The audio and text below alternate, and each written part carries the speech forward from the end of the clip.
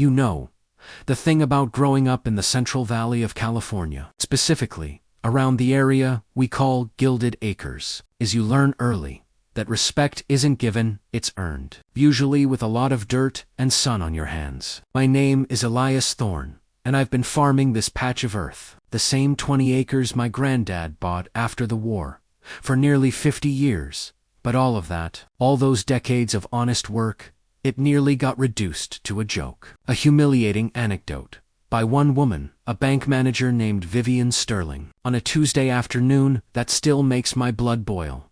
It started simple enough, a deposit. We'd just closed the seasonal contract with the Green Sprout Coop, a big organic deal, and I was carrying the cash in a beaten-up canvas feed bag, the kind you'd keep spare seeds. In all, $823,000 of it. I walked into the Riverfront Trust lobby, a place all marble and chrome, looking exactly like what I am, a 72-year-old farmer in patched denim and a flannel shirt that smelled faintly of rich dark earth. I walked right up to the premium counter, and that's when I met Vivian Sterling. She didn't even look up from her screen at first, just gave this little, condescending wave, like I was interrupting her meditation. When she finally did, her eyes all ice and judgment, did a quick inventory of my clothes. The old cane I lean on since the tractor accident, and then they landed on the bag. Sir, this counter is reserved for premium clients, the preferred tier, she said, and I swear she wiped the counter with her sleeve after pointing at my bag. I told her, quiet-like, "Ma'am, I believe I need to make a large deposit." And honestly, the line at the regular teller is longer than a harvest day.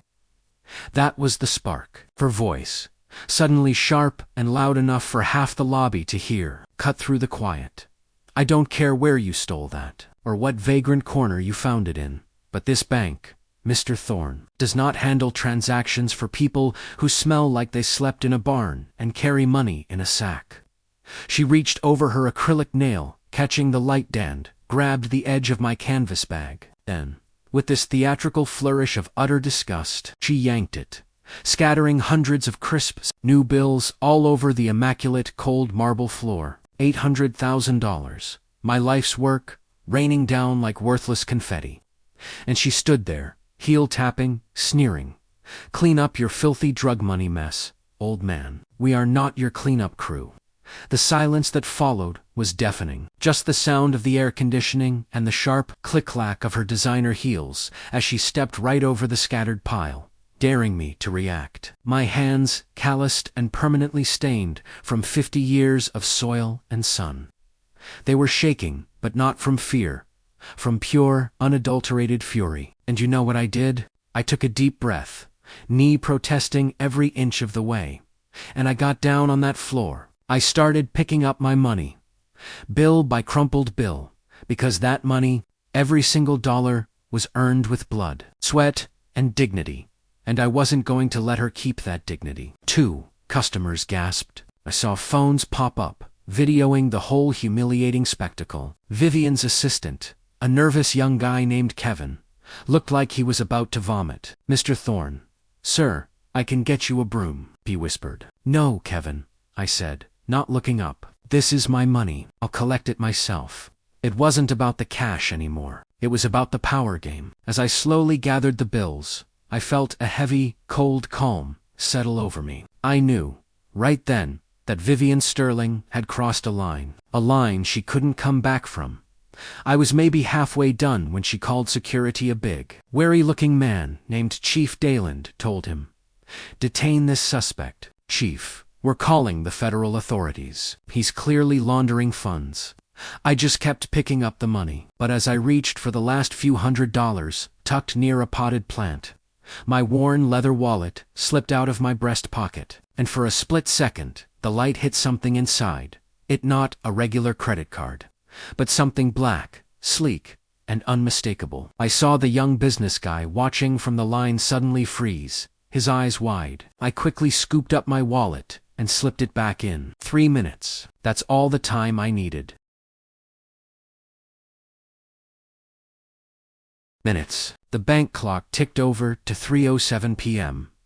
I stood up slowly, My bag now heavy with cash, my back aching, but my dignity fully recovered. I looked Vivian Sterling dead in the eye, and the contempt I saw there, that was the last piece of motivation I needed. I pulled out my old flip phone, the kind held together with duct tape, and dialed a number I hadn't needed in years. "Ma'am," I said, speaking clearly, my voice carrying the slow, deliberate cadence of the rural South.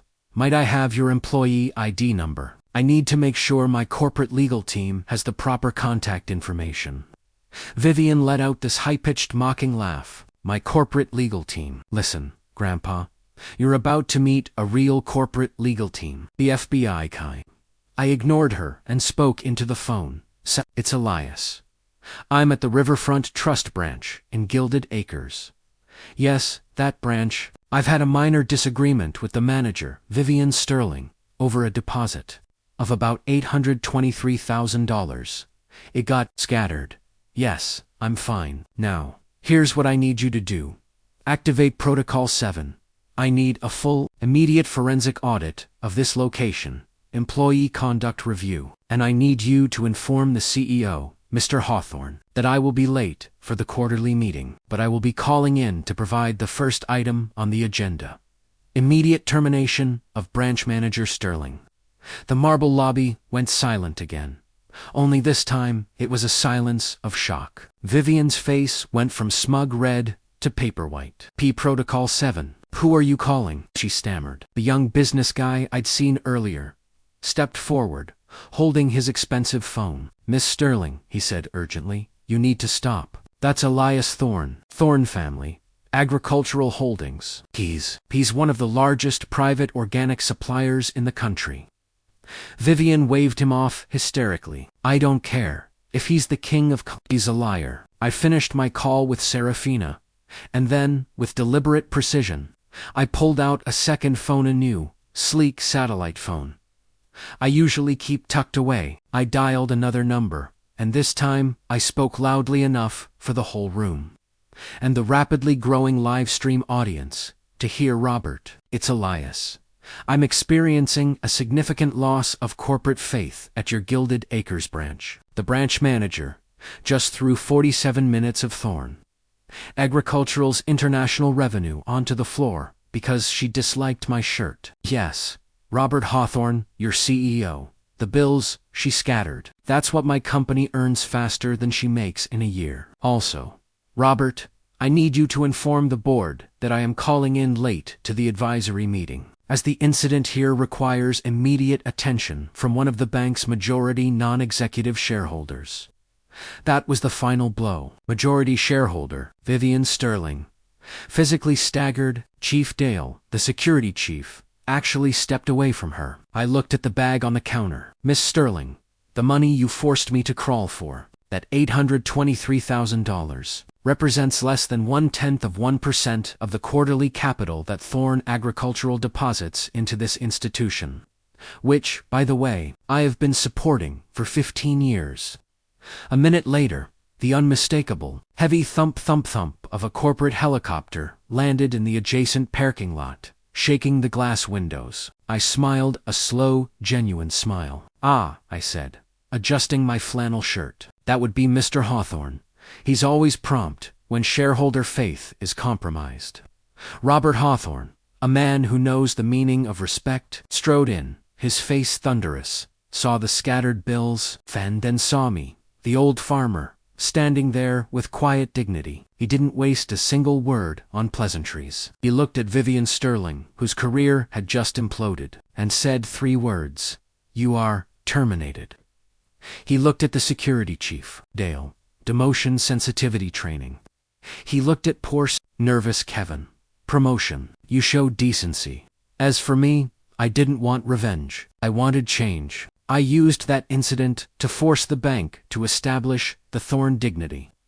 Protocol mandatory training for all 2,000 employees on respecting every customer, regardless of appearance. I didn't take the punitive damages. I took a commitment to fund a $10 million loan program for minority farmers and new generation growers. I walked out of that bank, bag lighter, but spirit heavier with purpose. knowing I hadn't just made a deposit. I'd deposited a lesson. And as I drove away in my old pickup, I saw Vivian Sterling, escorted out by the new security chief, looking utterly defeated, standing alone in the parking lot. So, here's my question to you. Was it fair that I used my power and position to get immediate justice? Or should I have just taken the money and sued them quietly? Was the humiliation I suffered justified by the systemic change I was able to force onto that institution? Tell me in the comments below. Every person's dignity has value. We have to fight fire with fire to prove it.